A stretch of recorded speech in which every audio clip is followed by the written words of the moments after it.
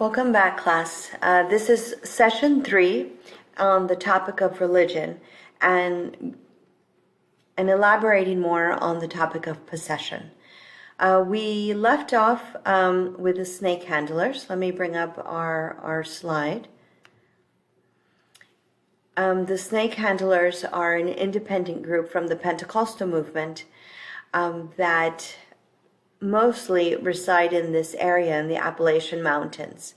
And their faith calls upon to handle snakes, to demonstrate that they can handle these dangerous serpents and be okay.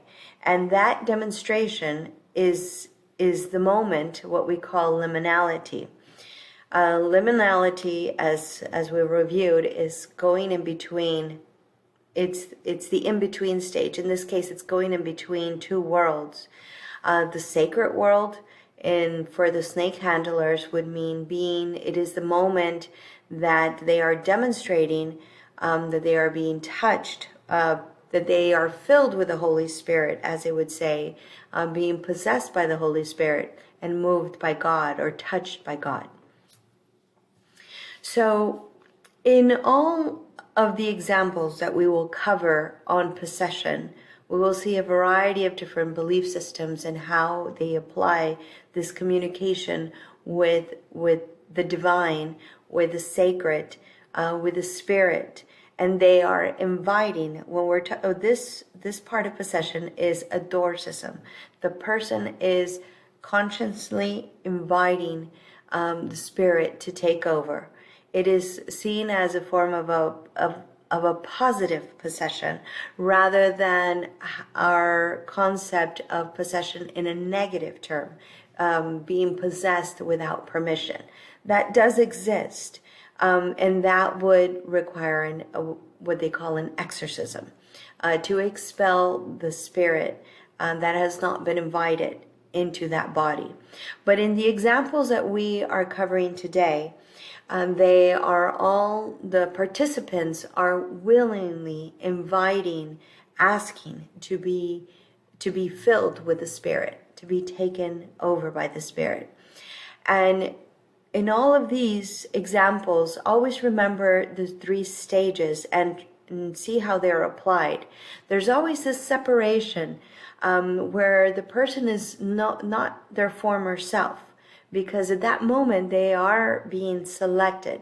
It is a moment where they are demonstrating the specialness, how they are either been selected, or those that have been selected, in this case by the Holy Spirit, or in other cases that they are the ones that are able to communicate with the ancestors. And then from that separation, that individual enters into the stage of liminality, which is the most important stage of this transition. This would be the stage where the person is possessed. It is, and in this stage, the body is what is the proof that individual has a possession of the spirit. So the body in the case of possession is the evidence, and it is the most important vehicle to demonstrate to the community of believers that this is taking place. And from here, it is from this stage of liminality is what Victor Turner refers to. It is right here where the person is demonstrating that they're undergoing this peak experience. And when they return to their former self, when the possession is no longer in place, when they are no longer in this, in the case of the snake handlers, in this liminal position of facing life and death, when they return, this is where they are demonstrating that they are part of this community. For many people, it is their first time being moved by God or filled by the Holy Spirit, and they are demonstrating that they are now part of this community. And for those that do it several times, such as the pastor that is leading the prayer, he is also demonstrating, reasserting his position, reasserting this this selection, this of specialness. And in the stage of liminality is where we see that separation of us and them, in the sense that we are the ones that have been selected. We are the ones that have been moved by God to do this, because it is called upon that no one can touch a snake unless they have been instructed by God to do so. So therefore, those that are able to face this challenge and demonstrate, then that means that they have this. This is where the separation takes place, the specialness that they're demonstrating to the community. And they are constantly they are facing this crossroad of life and death. And this theme of life and death, this crossroads, we'll see it as well in other examples. And the bite for many, in the case of the snake handlers, it's subject to interpretation. For many, they're demonstrating that they can hold these snakes during this liminal stage where they are filled with the Spirit, and that nothing will happen to them. And that is testimony to the community that they were indeed filled with the Spirit. And in the cases where they were bitten, many of them choose not to seek medical help as form of testimony of their faith and obedience to taking the Bible as literal. And therefore, in either way, if one of them dies, it is God's will. It is God selected them to be taken. And either way, in either case, whether they survive or they pass on, nonetheless, this serves as testimony and confirmation of their membership of this community. All right, so now we're going to enter into a couple of examples of ancestor worship.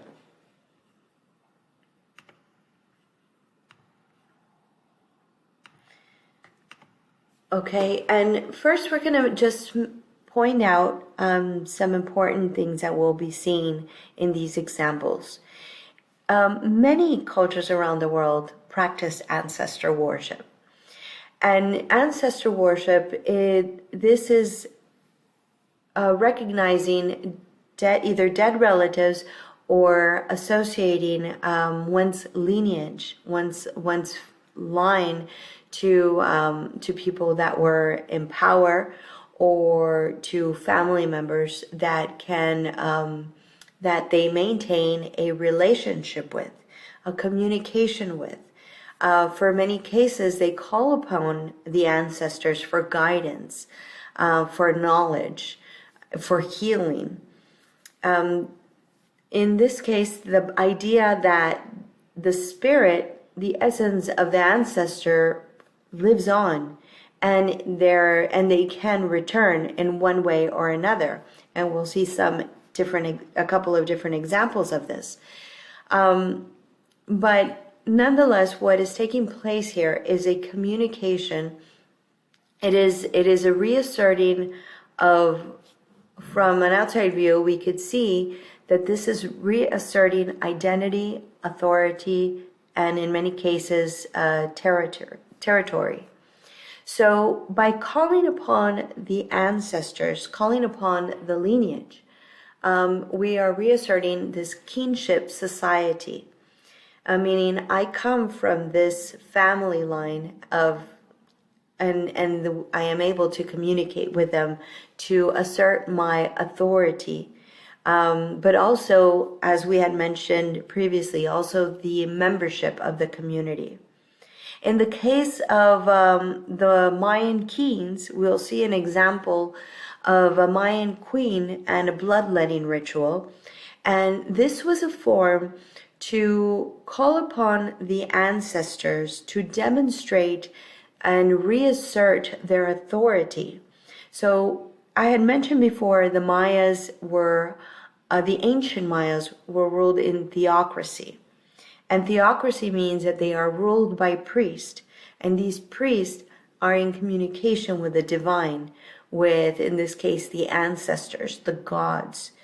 And the king or queen, in this case, have the ability to channel, to communicate with the ancestor spirit.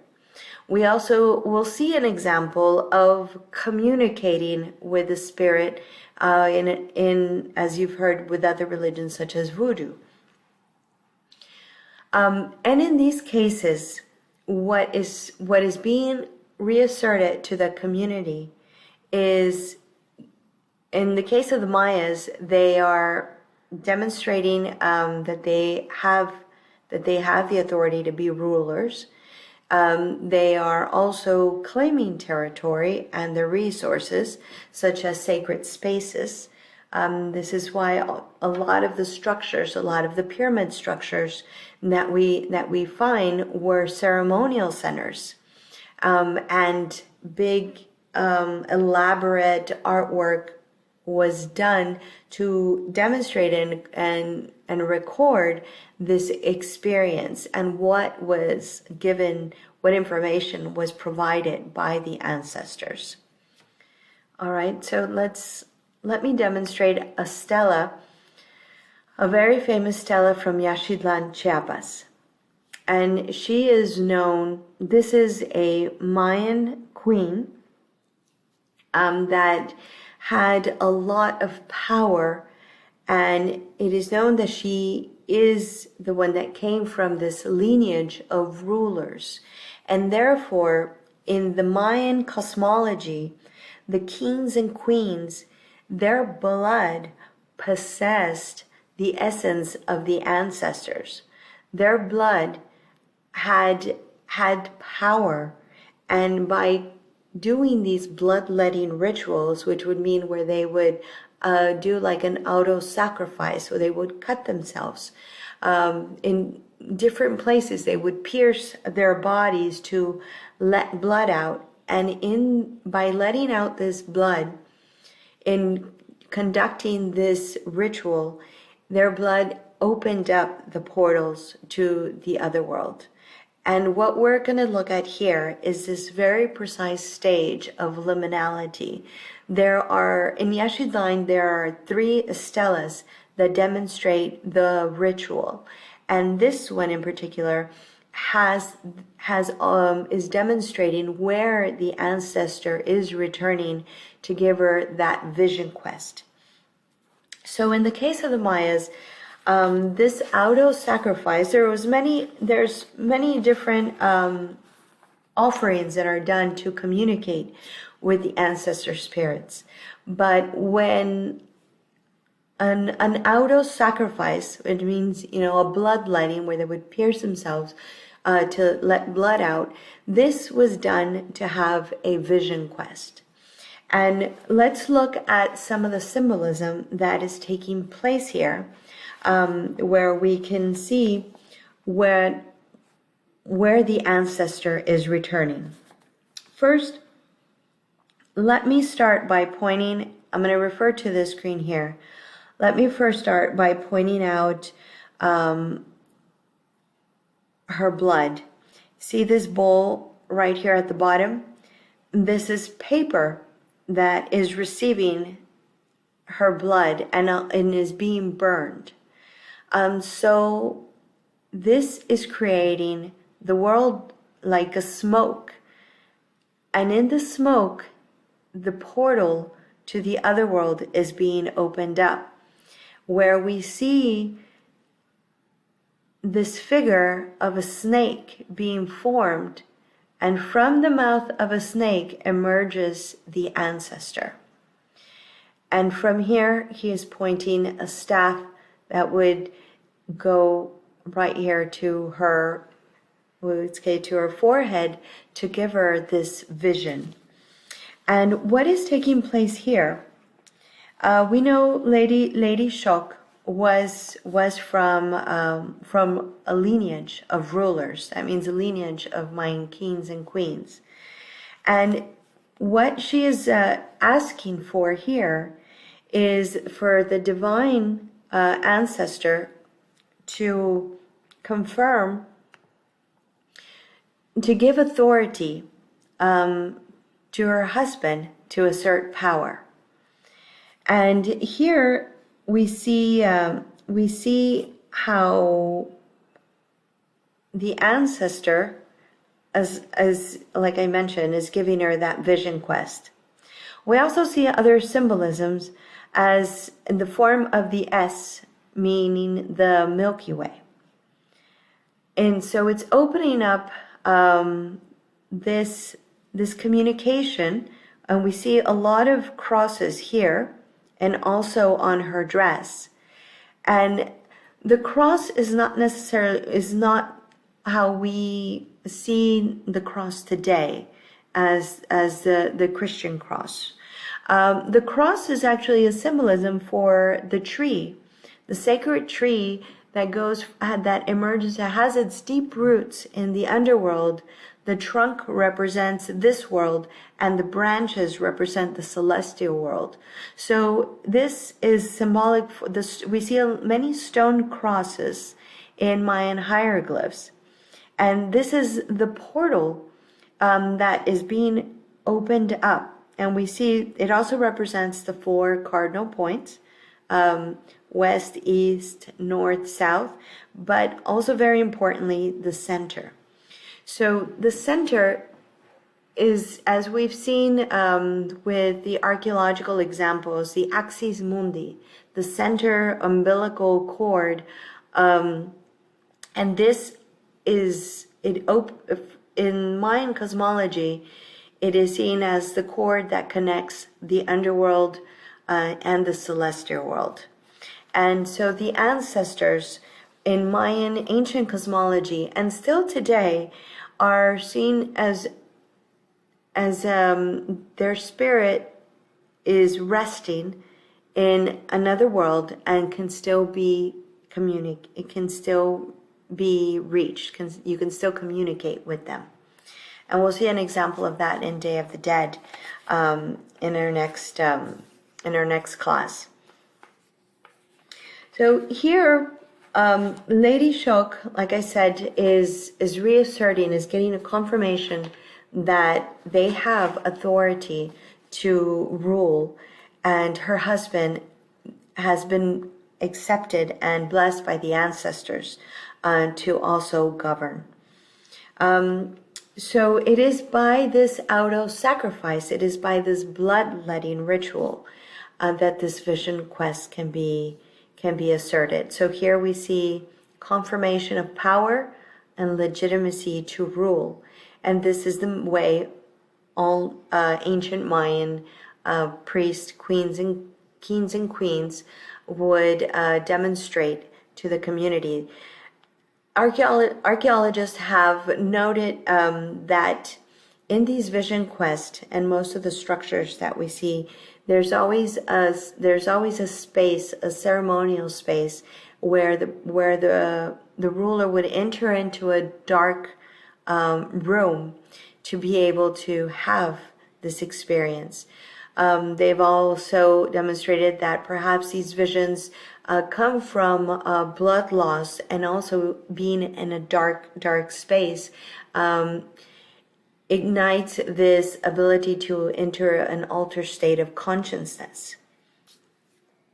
And so remember, in the case of the Mayas, the rulers were held, were embodied, the ancestors. Their blood was considered to be very special, and to be filled with the spirits of the ancestors. So this gave them this ability to communicate, thus assert their power. Okay? All right, so ancestor worship in Africa. And as I mentioned, Africa has has thousands of ethnic groups, and ancestor worship is one of the most common forms of practices that we find. And in the case of Sierra Leone, they practice calling upon the ancestors to take over the body. And when this happens, it is very different as in the case of the Mayas or the snake handlers, as we've seen, because in Africa ancestor worship, it is not the individual self that is demonstrating to their community their ability to communicate with the ancestor. Here, in many cases of Africa, the body is disguised, is covered, is protected for the public not to see who is undergoing this experience, because it is more of it's the importance of the ancestor being present within the community to be able to resolve problems or carry out healing. It is not so much the individual reasserting their power. In many of these groups, there is great preparation and secret societies that those selected must undergo in preparation for calling upon the ancestors. It is not something that everyone carries out within the community.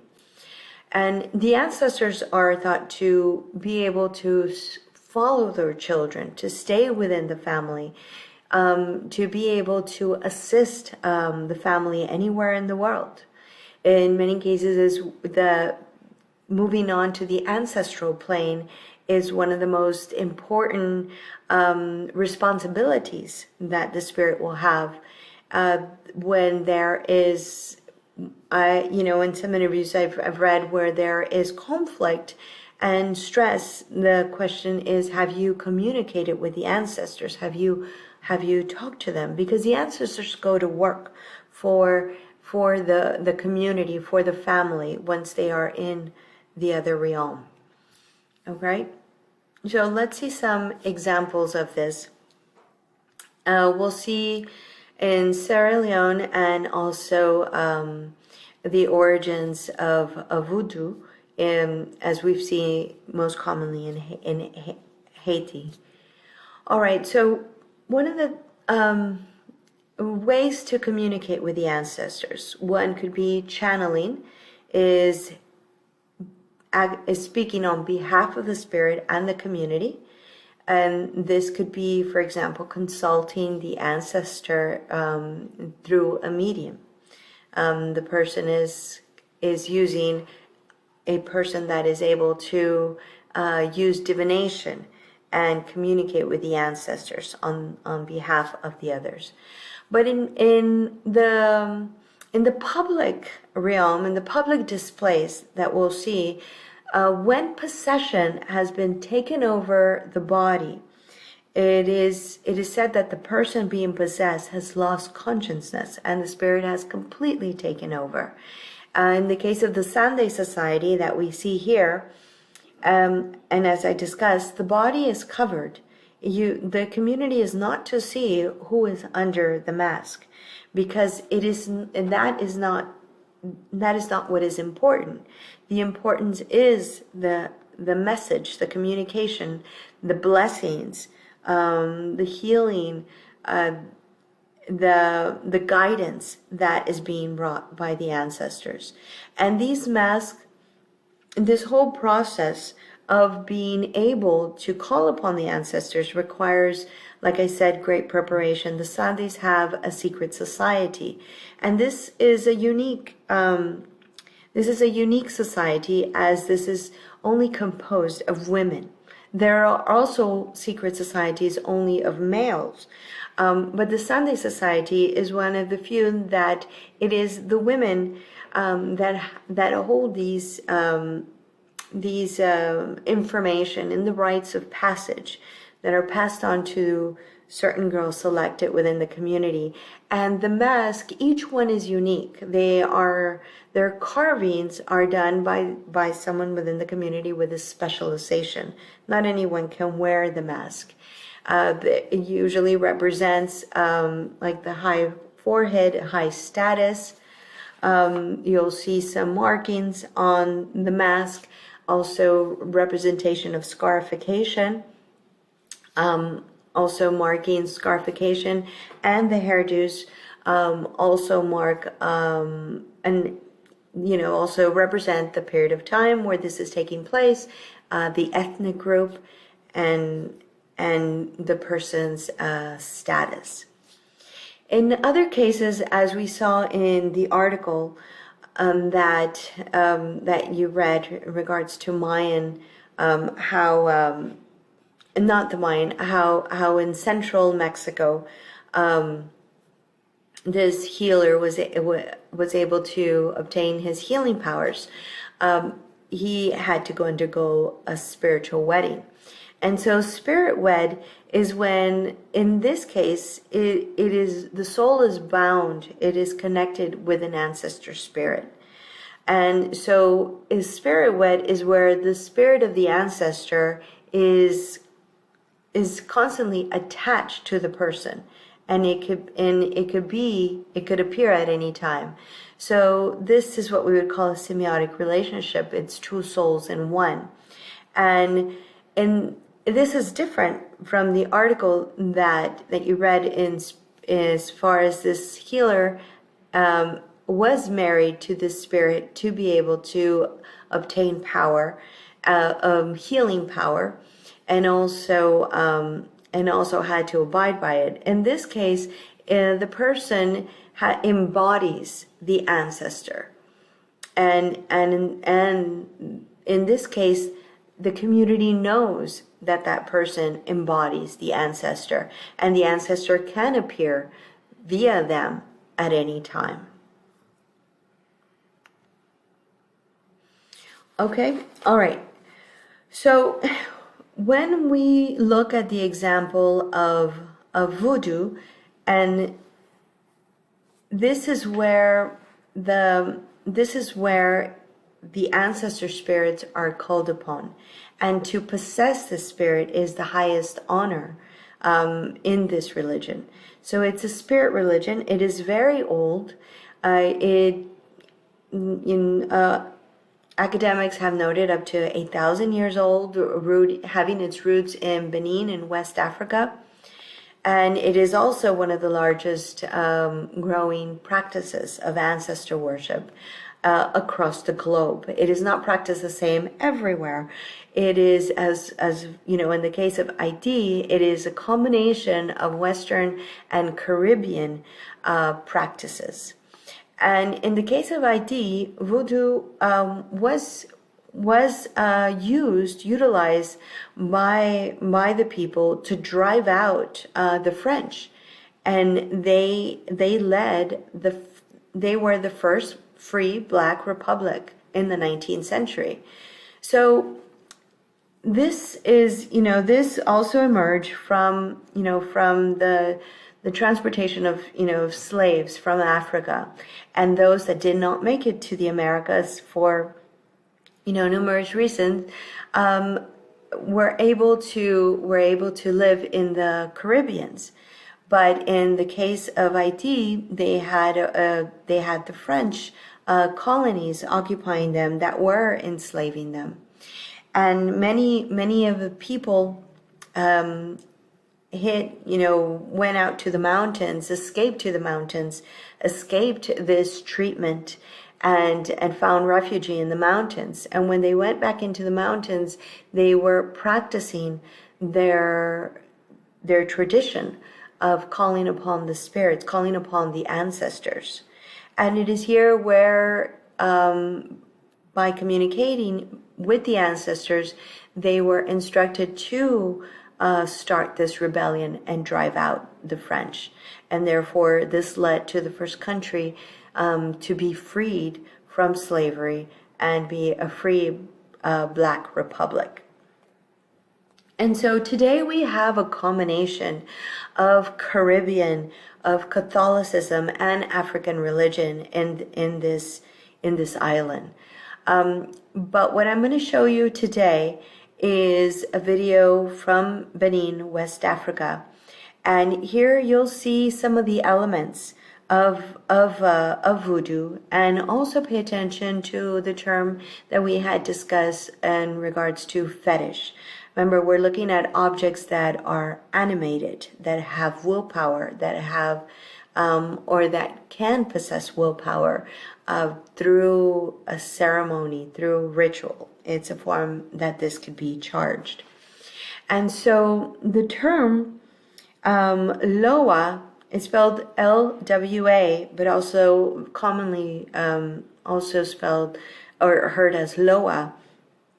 These are the nature spirits. These are the ancestor spirits that the relationship is maintained, and it is an honor in this practice to be possessed by one. And rather than the term possession, the way it is described by them is by being mounted, like mounted by a horse, like mounting a horse, like riding a horse. And so in this case, it is the spirit, the individual becomes the vehicle, becomes the horse, where the spirit can take over and ride them.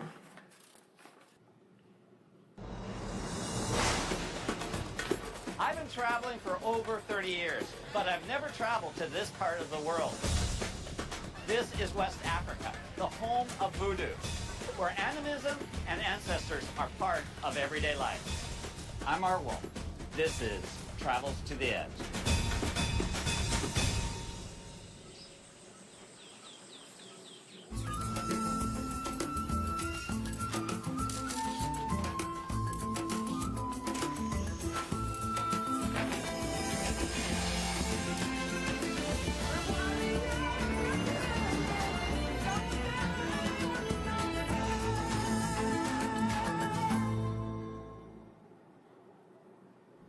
West Africa stretches from the Sahara in the north to the Atlantic Ocean, which forms the region's western and southern borders. We're visiting tiny Benin and Togo, which push northward from the infamous Slave Coast.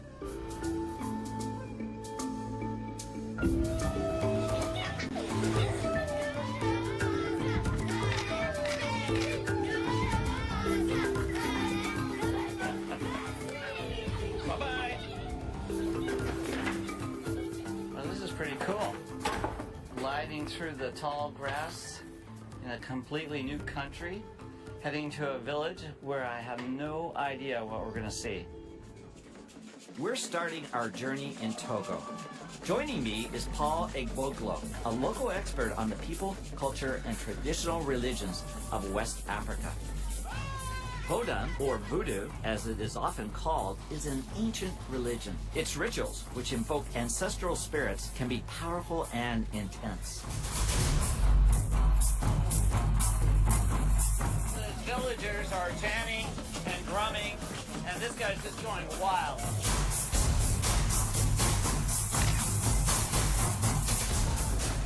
They're definitely getting really whipped up into some sort of frenzy here.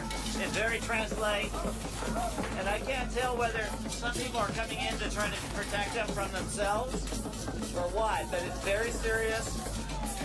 You see that they are cutting themselves, yeah, and they are bleeding. That is their way to offer their blood to the divinity that they worship. Instead of offering a goat or chicken or animal to the divinity, they prefer to offer their blood. And they haven't taken any drugs to get to the stage. Nothing at all. It's all mental. No alcohol, no drugs. It's not mental neither, it's spiritual. I'm going to move in and see if I can get a big shot.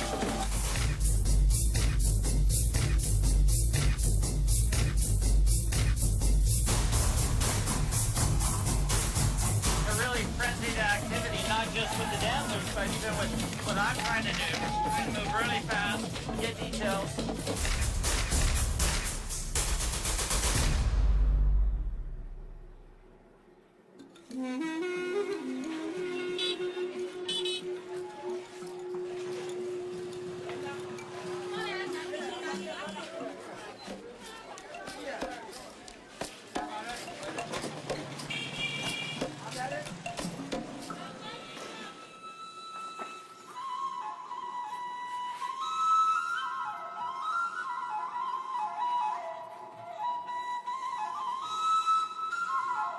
Wow, what a place here, Paul.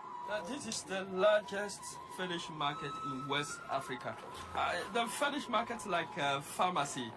You know, when you have a spiritual problem, so when you go to see the fetish priest, and that priest will tell you to go to the market, to the fetish market, and buy some animals, that all the animals that you can see here. I see chameleons, birds, vultures, cats, dogs. Yeah, antelope skin. All these items are used to prepare potion to cure diseases. So all these different animals are used specifically for various illnesses. Yeah, yeah. The chameleons, for instance, Yeah. what do they do with those For things? asthma. For asthma. Asthma. So they will grind it and they'll get a powder out of it and mix that powder with honey, and so they will lick it. So they'll lick the powder of a ground up Yeah, desiccated chameleon for Yeah. asthma. Oh, I'm so For glad I don't asthma. have asthma.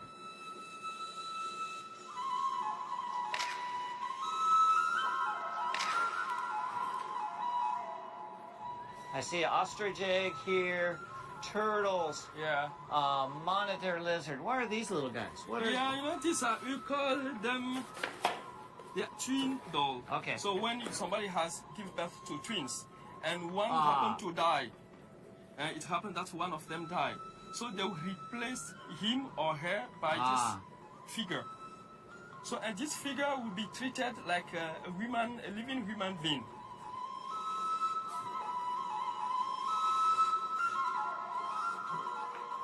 We believe that witches they can take the form of birds. Uh-huh. So to make a powder against witches attack, all the birds they get a black powder, and so they will cut the person, and when the person starts bleeding, they put the black powder in the blood. So you are vaccinated I see. against witches attack. It might be shocking for you. It's pretty shocking to me. But, you know, that is West Africa. Yeah.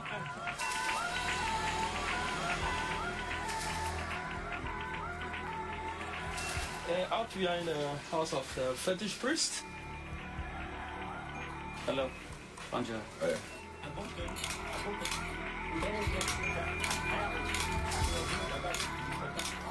This is the most important place in the shrine. So once a patient is brought here to the fetish priest, Yes. he used to bless them.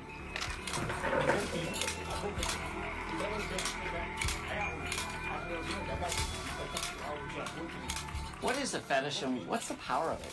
You see that figure? Yes. Many figures here. Right. They are wood. They are in wood carving.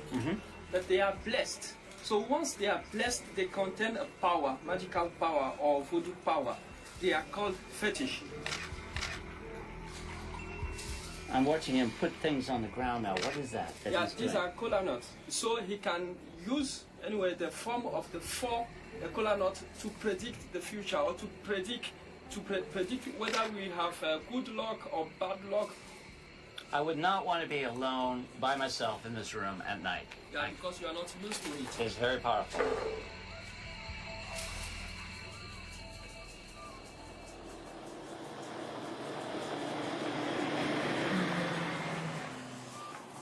We're heading westward to Benin, to the Slave Coast, where the spirits of countless Africans departed their homeland.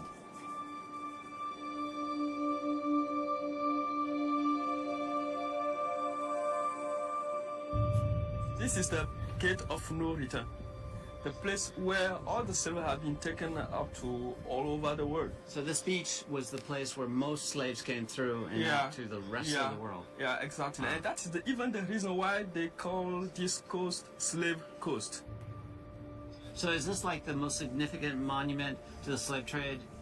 Oh yes, And oh yes, really? oh yes, oh yes. If you carefully look at the monument, you see the ship in the water. Yes. And slaves are convoyed to the ship.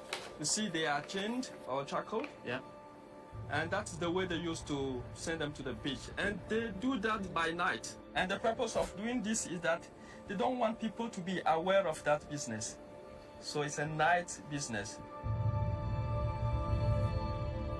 to think of how many lives were altered through the slave trade. They came through this beach, were taken out to sea, and ultimately to America. Yeah. Really powerful Yeah, it's location. powerful.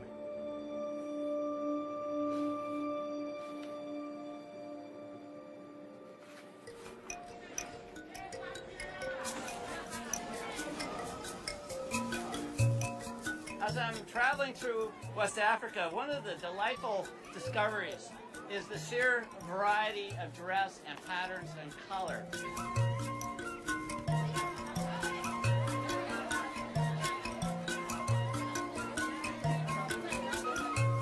This is wonderful chaos. This is colorful chaos. What's really nice right now is there's this brooding sky that's coming over this very colorful market. The light is saturated, the color is really rich, and I'm shooting it with a filter that enables me to bring out the best color in the sky and retain the detail in the dress.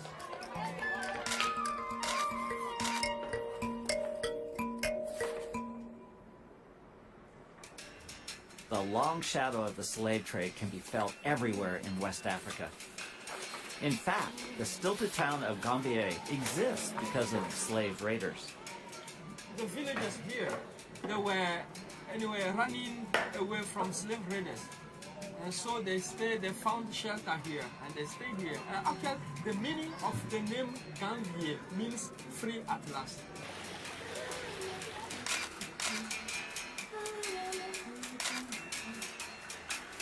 They didn't have a tradition of building their homes out over the water before that. Yeah, they don't have that. You know, the problem they were facing, it helped them to devise that way of building.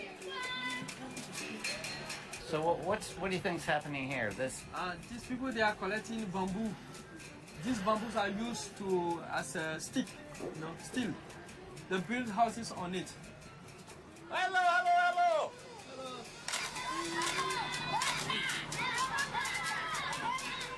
Look at these boats. Look at the lady. There's such a graceful way Yeah. that they glide through the water.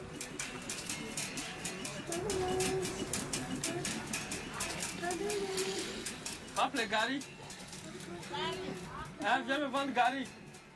Do you have a license to be paddling that boat? Yeah.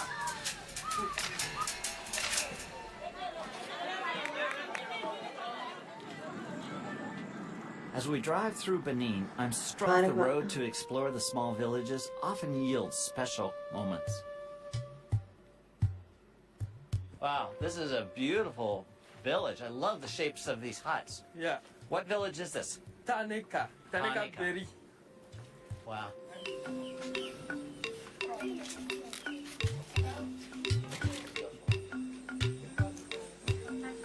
Salam alaikum. Hi. Salam alaikum. Very nice. Beautiful.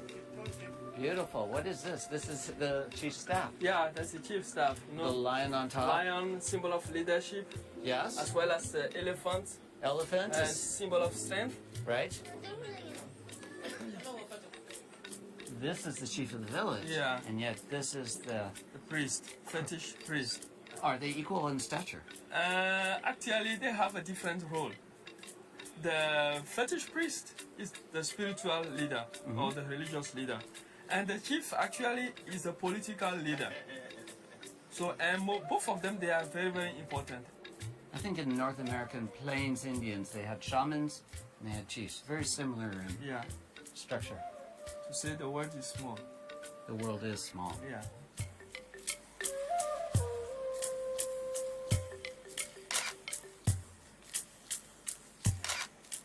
Two of those eyes.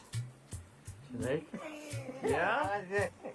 I make you look young, don't I? Nice.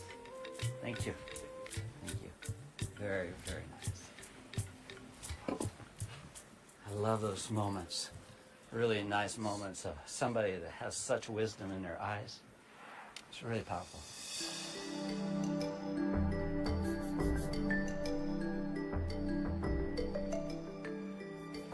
I've never seen wool spun like that. It's so simple. And she's just twisting it on this simple little peg. It's really quite lovely.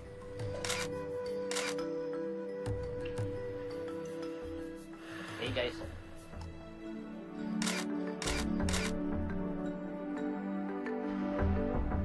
Am I not the best photographer you've ever seen? Probably the only photographer they've ever seen.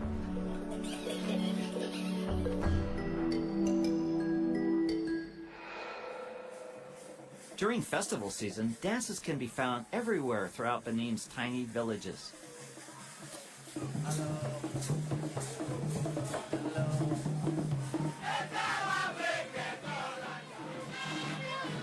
This village dance is really a morality tale, offering a life lesson. Each marks show a spiritual or social or economic or moral life in the society. This mask, Yes. it's denouncing those who cannot control their sexual life. It's showing the consequence of having a lot of children. Well, it's pretty effective. Yeah.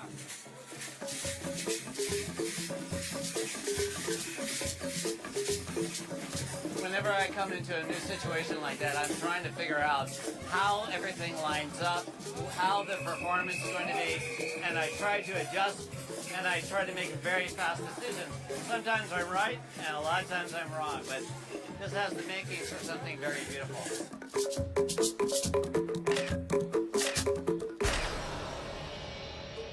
Most of the people in this part of West Africa practice indigenous religions, Vodam and animism. But there are remnants of Benin's rich cultural history, including these Islamic tribesmen, the Kotakali. This is really a nice scene of these 6 riders coming down this open savanna. It's actually quite extraordinary to think that there's a horse culture here in West Africa. Beautiful. These horses appear to be dancing literally to the rhythm of the drums.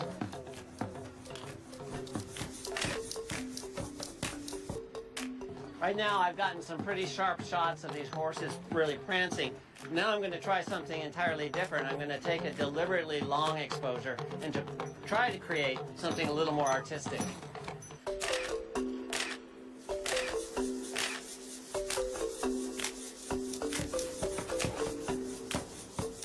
Now this is a cool angle.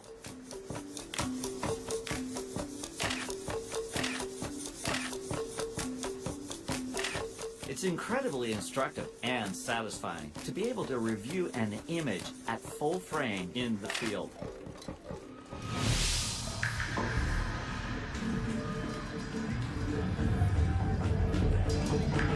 This dance is a really exciting one. Yeah. Its name is Egungun. Engugu. Egungun is the dance of ghosts. And the dancers are possessed by the spirits of the ancestors. So they're kind of middlemen between ancestors and the living one. Very, very spiritual. That's why you don't even touch the dancers. Okay. Never forget, don't touch them.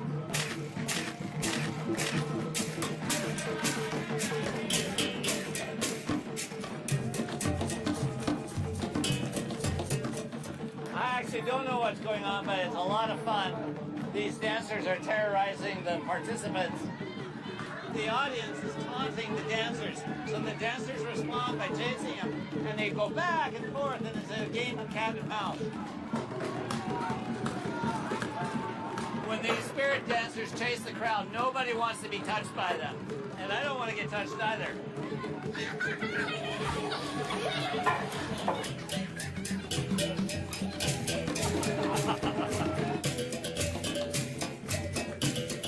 It's just like an elaborate ballet.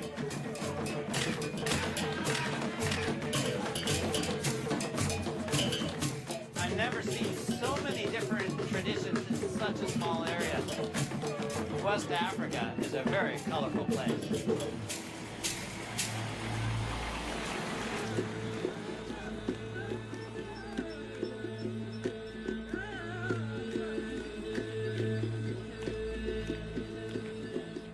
These structures are really different than anything we've seen to date. Yeah. Why is that? Yeah, no, it's because of slavery. Because of slavery. Slavery. They come to the idea of setting up a dwelling that will help them protect themselves against slave raiders. So they don't only look like castles, they really are castles. Yeah, So they're fortified houses.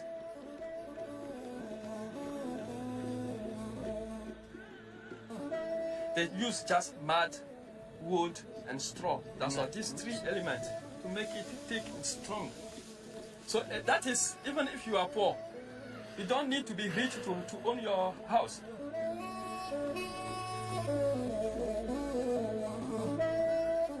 Getting a great shot right now of this older lady with this very traditional headdress.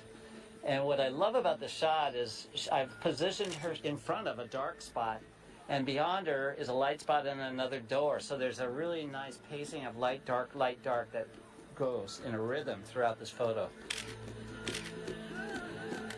And the other thing that's really nice is the study of textures and the monochromatic colors of beige that really runs throughout the photo. So it's very unified on multiple levels.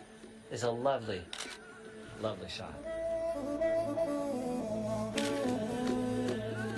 What I've done now is I've got this lady, same lady I just photographed, inside and silhouetted it against the adobe wall. And it just makes a very provocative shot. And it's provocative because you don't see her face and you only respond to shape and outline of human body.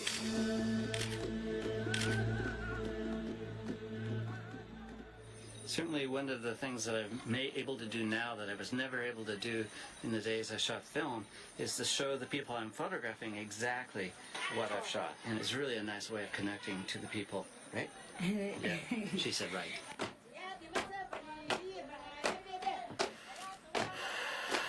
It's really amazing how rhythm permeates every aspect of this culture.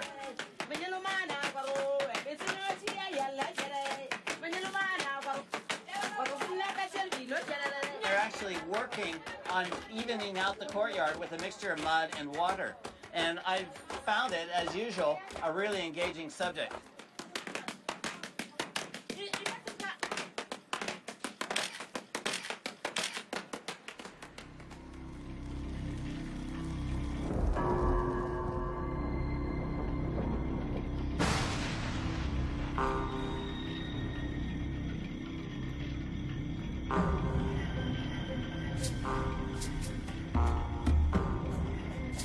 Paul, this seems like a very chaotic scene here tonight. What's going on? Yeah, we are having a fire dance. A fire dance. Fire dance. So what is the significance of a fire dance? Yeah, it's about showing the spiritual power of the local people.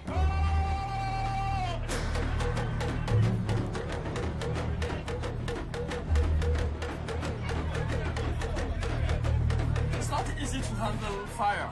But these people, you know, they are so strong and they can touch it. They will not be burned at all.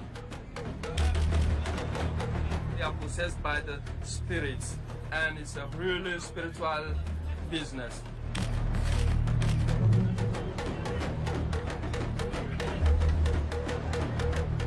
They're literally laying in the fire, eating coals, demonstrating your strength and your power over witchcraft.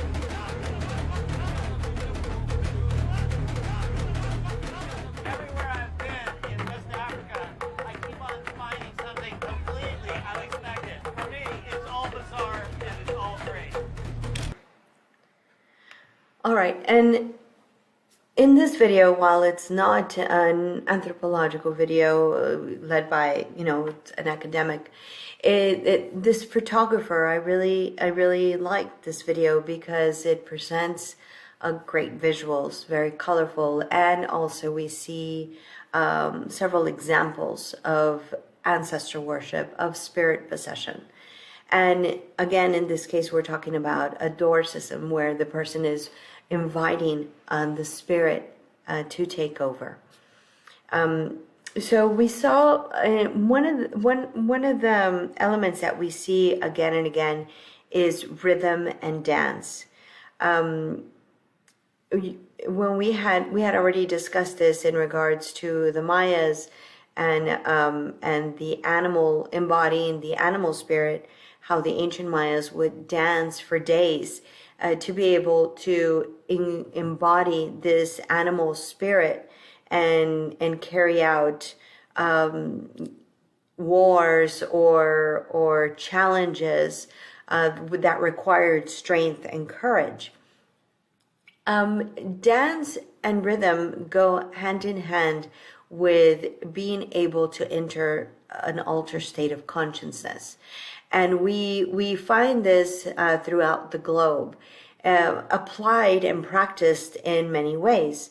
In this case, we did see a rhythmic preparation of how the humans prepare, to embody the spirit.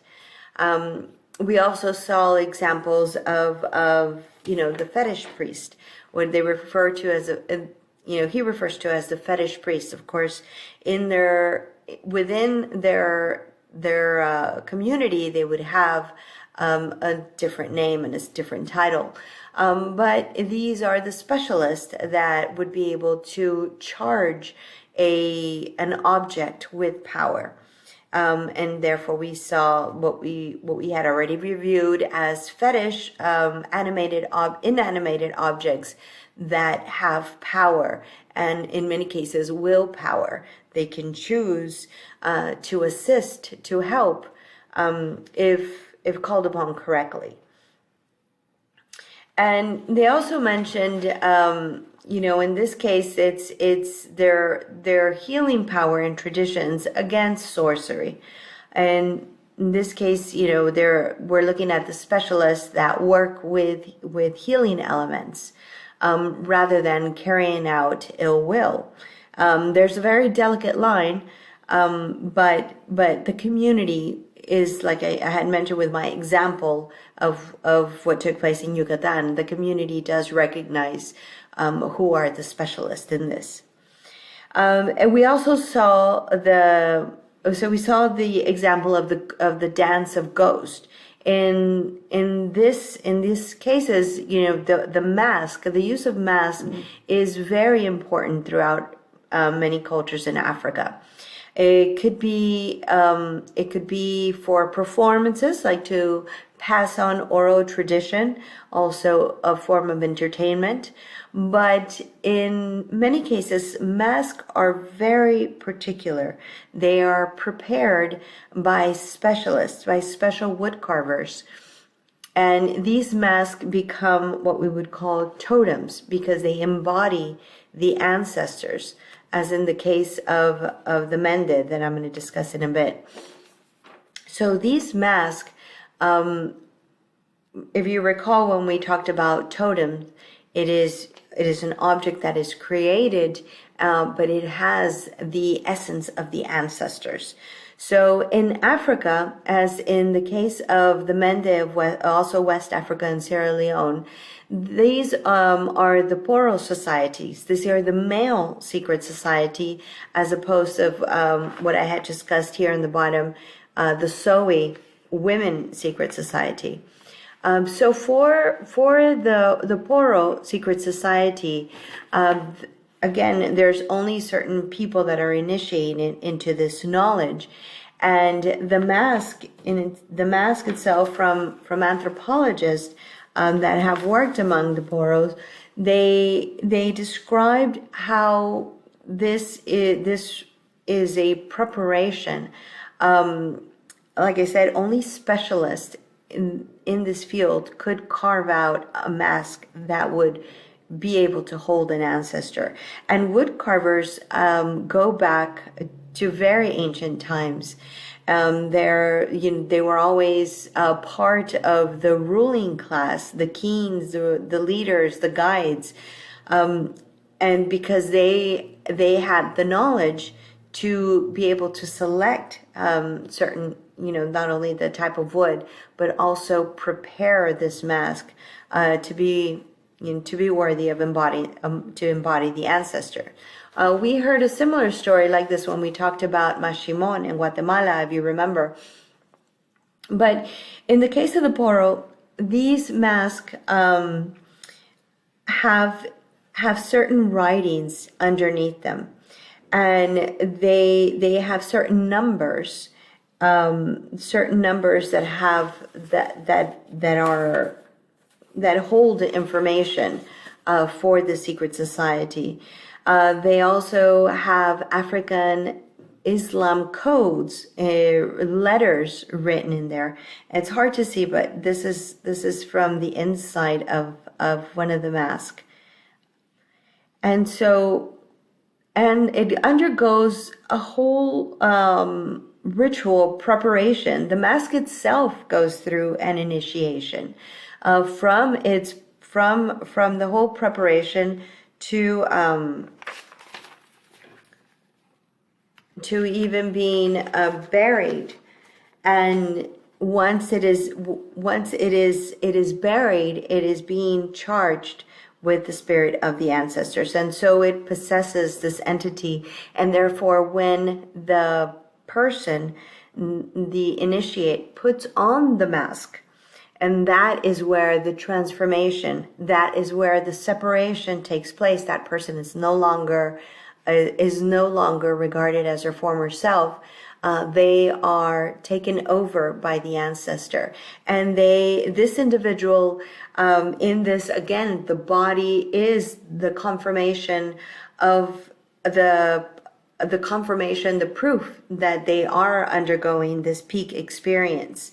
This individual can act violent, can act, carry out certain feats that they would normally not do, certain dances, certain activities. And that individual, the one underneath the mask, is exempt from all consequences, because the community recognizes that it is not that person. That is the spirit of the ancestor that has taken over. And from here is where they also receive guidance of what to carry on. Is in the case of the 1990s, it is well documented that many rebels were led by the Mende by wearing these masks. They led this revolution and guided by the ancestors to rebel. And so here in these cases, where the mask is part of ancestor worship, like I said, the individual, their identity must be concealed. And here, in the case of, as I had mentioned, the Sunday Women's Society, the mask itself has a lot of symbolism. As I mentioned, the high forehead and the hairdos, that represents the rank, what position that person is in. We'll also see some scars. If you paid attention through the video, different groups of people had different scars, and this is a form of scarification to mark their what group they belong to, what ethnicity they belong to. And we're going to dive into scarification and tattooing and so forth when we talk about the body. But wanted to point that out so you can keep that in mind. The small eyes of these masks represent modesty. And the small mouth that you see in these masks represent is a confirmation this is a secret society. I'm going to show you just a quick video that I'm only going to show you the part where it demonstrates the mask, so you can see it, have a closer look.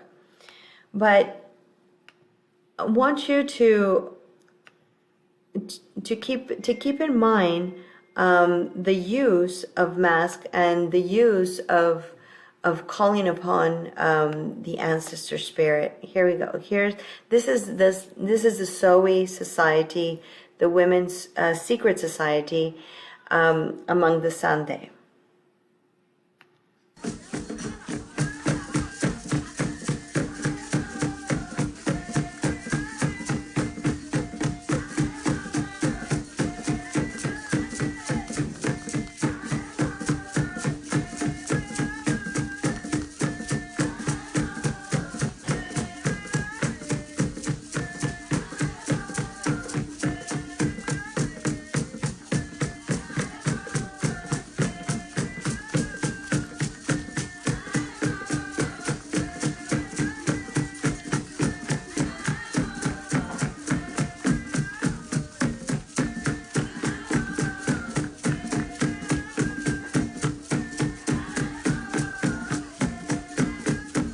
Okay, so as we saw, that was just to give you a visual of the Sowi mask. It is again, it is very renowned because it is one of the few secret societies only for women. And I forgot to mention, did you see like the rings around the neck? That represents fertility. Those could represent. It doesn't necessarily represent fat. It represents having the ability to have children, and it is also signs of beauty. So again, when we talked about ancestor worship, we've seen several examples from embodying, calling upon, being moved by God and embodying the Holy Spirit, from the Mayas doing bloodletting rituals to call upon the ancestors to legitimize their authority, their rule, and also territory. And to African society calling upon the ancestors in many different forms. And here we saw the use of dance, of mask, to enter this altered state of liminality where the ancestor spirit can take over the body. And that person is that person is anonymous to the community. Or in many cases, that person is completely exempt from any of the actions that are taking place at that time, because the community recognizes that it is the spirit that is within the body.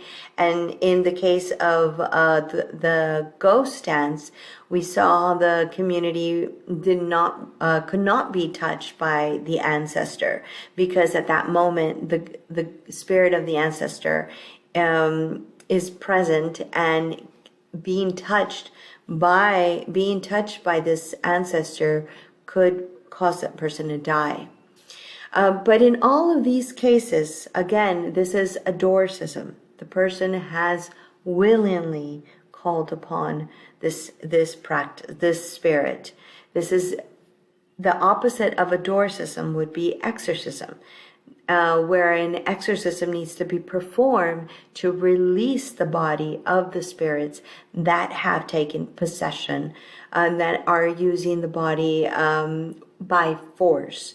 And in many cultures, they still believe that the spirit, those that are not resting, that have not entered the realm of the ancestor plane, live among humans, but as ghosts, as unrestful, unsettling spirits that are willing to take over a body by force, and this would require an exorcism. And while I do have examples of cultures and exorcisms, we won't be applying them into this class. So if you have any questions on this, please feel free to email me at any time. And you can just look back at all the slides here and look at the different examples of animism, of ancestor worship, and of spirit possession that we have covered.